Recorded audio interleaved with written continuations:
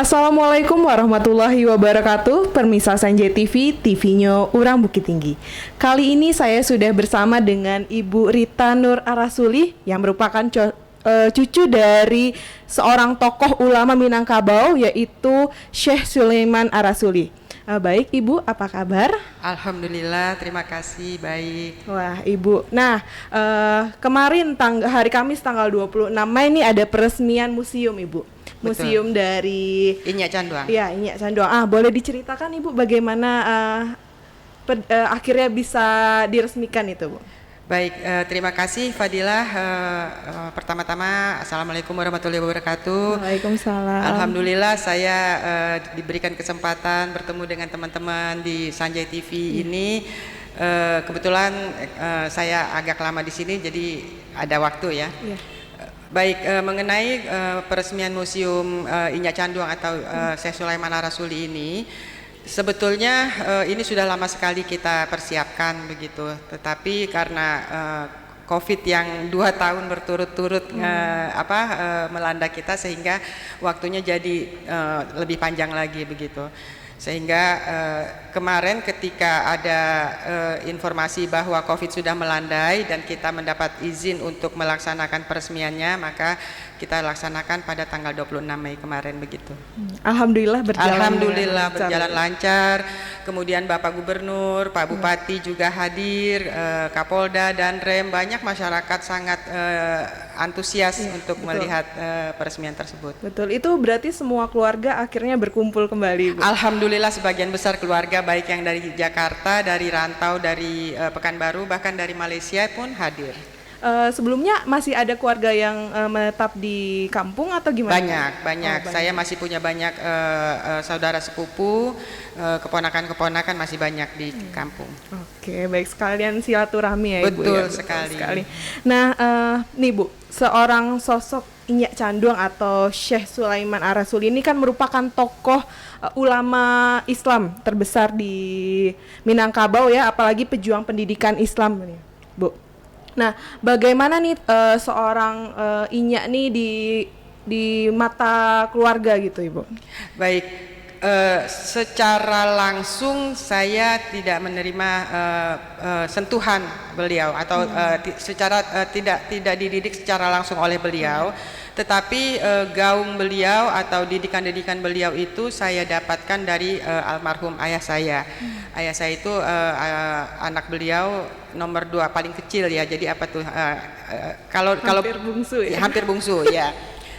Jadi cerita tentang beliau itu saya dapatkan dari ayah saya dan ibu saya. Kebetulan ibu saya juga alumni MTI gitu. Jadi murid. Jadi ibu saya juga tahu banyak dan didikan-didikan yang diterapkan oleh ayah saya persis seperti didikan dari Inyak Canduang sendiri gitu. Misalnya ayah saya selalu mendidik kita untuk menghormati yang tua, menyayangi yang muda gitu. Terus ada lagi selalu ingin menyenangkan hati orang. Kalau dalam bahasa Minangnya itu filosofinya lama diawa katuju diurang gitu. Itu saya dapatkan dari ayah saya dan saya yakin itu adalah didikan dari Inyak sendiri begitu. Oke, berarti itu juga akhirnya berkembang di keluarga-keluarga dengan didikan Islam yang kuat dan kental juga di dalam keluarga. Alhamdulillah, betul. Dan yang paling utama sekali memang adalah ibadah ya. Iya, betul. Karena menurut ayah saya nanti kelak ketika kita di akhirat yang paling dipertanyakan pertama kali adalah sholatmu gitu. Makanya ayah saya selalu setiap kita pergi kemana kembali selalu ayah nanya sholat nggak gitu. Jadi yang utama sekali adalah sholat yang dididik atau yang harus benar-benar diperhatikan dan dilaksanakan adalah sholat 5 waktu gitu. Oke, nah Ibu, terkait MTI yang didirikan ini masih ada hubungan dengan keluarga atau bagaimana itu sampai saat ini? Sekarang masih berlangsung. MTI itu di bawah Yayasan Syekh Sulaiman Arasuli ya. Ketua yayasan tersebut adalah cucu beliau juga, di mana sepupu saya gitu. Berarti akhirnya itu semua keluarga berkecimpung di Enggak semua berkeluarga, ada outsider atau pihak ketiga ya untuk mengelola manajemennya agar lebih baik begitu. Oke, Ibu. Nah, gimana nih antara hubungan keluarga yang sudah akhirnya di mana-mana kan Ibu tuh Iya, masih terjalin betul, keluarga besar betul. Syekh Ar-Rasul ini gimana nih, Bu? Ada tiap tahunnya berkumpul atau bagaimana gitu? Iya, sekarang udah mulai canggih ya. Jadi kita punya WhatsApp group, di mana WhatsApp group itu namanya silaturahmi family Arasuli ya, gitu ya. Dan anggotanya itu adalah semua cucu cicit keturunan. Kalau anak-anak beliau kan sudah nggak ada ya. Terakhir yang meninggal tuh ayah saya gitu, yang 2019 yang lalu. Nah, jadi yang ada hanya sekarang cucu-cucu dan cicit-cicit beliau. Nah, di situ kita punya wadah ya, di WhatsApp grup itu. Jadi kita berkomunikasi melalui WhatsApp grup. Kemudian kalau ada pernikahan atau ada yang sakit, kita janjian untuk hadir di pernikahan atau hadir menengok yang sakit. Kalau di lokasi yang kita sama-sama ini ya, misalnya lokasi Jakarta gitu atau Jabodetabek. Kalau yang lokasinya di sini, yang bisa pulang mewakili pulang gitu.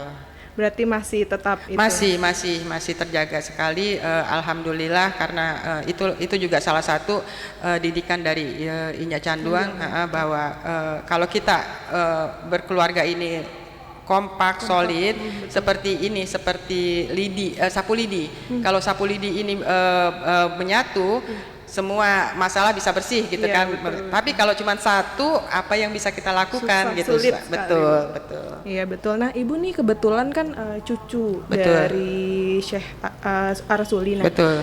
Ibu sendiri berarti tadi bilang bahwasanya belum ketemu atau bagaimana nih ceritanya, Bu? Seingat saya, saya diboyong, saya dan adik serta kakak saya itu diboyong oleh ayah saya ke Jakarta ketika umur saya masih 3 tahun. 3 tahun. Iya, tetapi ada satu yang saya ingat waktu, nggak tahu umur saya berapa waktu itu, abang saya yang paling bungsu disunat, terus tiba-tiba ada kakek-kakek turun dari mobil pakai jas, pakai sorban, terus bawa uang receh kerincing-kerincing gitu kan, koin-koin, kemudian masuk, terus tapi saya cium tangan disuruh sama bapak saya gitu, cium tangan gitu, saya lupa ini cium tangan ke siapa, maksudnya panggilannya apa, tapi saya ingat saya cium tangan, terus kakek itu masuk ke kamar abang saya, kemudian abang saya dikasih uang, terus nggak lama kembali lagi.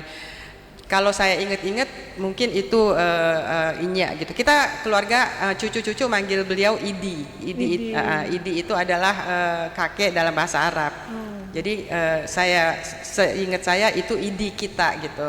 Cuma itu aja yang saya ingat. Kalau dari abang dari Ibu sendiri kan ya mungkin ada cerita-cerita mengenai Idi dari ya. Yang saya dengar dari abang saya yang paling tua. Iya. Abang saya yang paling tua, beliau bersentuhan langsung dengan Idi gitu ya. Misalnya kalau kan ayah saya tinggalnya di Bukit Tinggi, beliau Idi atau Inya tinggalnya di Canduang kan. Nah, kalau hari Jumat abang saya dibawa sama ayah saya ke Canduang. Terus digandeng sama Idi untuk sholat Jumat bareng-bareng gitu. Itu yang saya ingat. Kalau bercerita tentang nostalgia masa lalu nih, kira-kira apa yang akhirnya cerita dari Idi tersebut yang sampai ke maupun dari Bapak atau dari Ibu sendiri, dari keluarga tuh apa nih kayak kesan-kesan yang akhirnya tersampaikan kepada Ibu gitu? Kesan dari Idi sendiri gitu, dari Inya gitu ya. Yang sangat terkesan sekali di saya pribadi ya. Itu adalah pertama, beliau mengajarkan hormati yang tua, sayangi yang kecil. Terus kemudian itu yang anak dipangku, kemanakan dibimbing, orang kampung dipatenggangkan. Ini buat saya filosofinya dalam banget gitu. Jadi kita tuh benar-benar harus bertenggang rasa dengan siapapun gitu. Sayang sama anak, sayang juga sama ponakan. Terus sama orang kampung atau lingkungan juga harus hormat gitu. Iya, betul sekali. Nah, gimana nih Bu perasaan Ibu sebagai cucu dari tokoh ulama Minangkabau, apalagi khususnya pejuang pendidikan Islam di Minangkabau ini, Bu?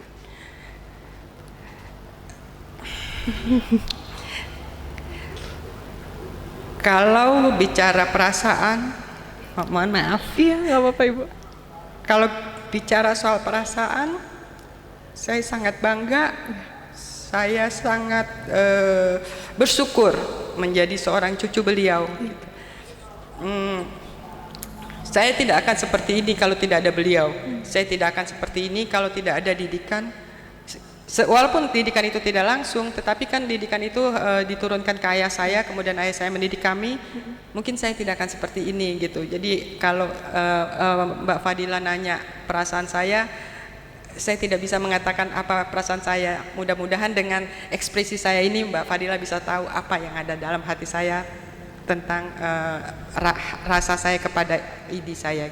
Iya baik Bu, berarti ibaratnya dengan Syekh sendiri nak, ibaratnya mengangkat nama keluarga akhirnya ya Ibu. Betul. Dan apa yang saya lakukan sekarang ini, saya yakin tidak ada seujung kuku pun bisa membalas pengorbanan idi. Iya betul sekali Ibu. Nah, yang Ibu harapkan atas perjuangan pendidikan Islam khususnya nih Ibu, mudah-mudahan bagaimana ke depannya Ibu atas perjuangan beliau selama ini? Ya, insya Allah dengan adanya museum ini, kemudian dengan adanya usulan dari masyarakat Minangkabau terutama untuk mengangkat atau mengusung idi menjadi pahlawan nasional, mudah-mudahan bisa terrealisasi dan insya Allah kita tetap akan support dan apapun yang bisa kita lakukan untuk membangun MTI, kemudian mengangkat citra beliau insya Allah akan kita lakukan baik dari rantau maupun dari Sumatera Barat sendiri. Oke Ibu, baik terima kasih kepada Ibu Rita dan Permisa Sanjay TV, mudah-mudahan ada hikmah di balik ini semua dan